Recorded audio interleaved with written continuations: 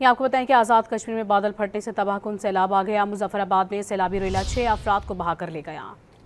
سماہنی اور وادی نیلم کے ندی نالوں میں اونچے درجے کا سیلاب ہے اور خراب موسم کے باعث تعلیمی اداروں میں 2 دن کی تعطیلات کا اعلان کیا گیا۔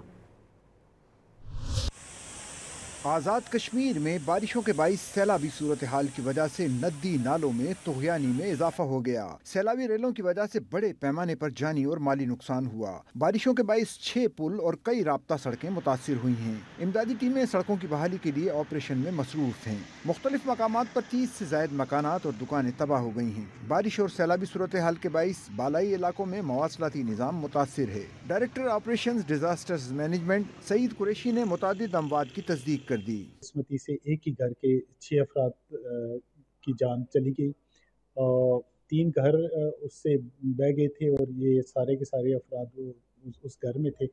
آج صبح ان کی ڈیڈ باڈیز ریکور ہو گئی ہیں۔ اسی طرح سبنوتی میں ایک خاتون نالے میں بہہ کے اس کی جان چلی گئی۔ بارشوں اور سیلابی صورتحال کی وجہ سے آزاد کشمیر کے مختلف اضلاع میں سرکاری اور نجی تعلیمی اداروں میں 2 دن کی چھٹی کا اعلان کر دیا گیا ہے۔ مختلف اسکولوں میں عارضی کیمپ قائم کر دیے گئے ہیں۔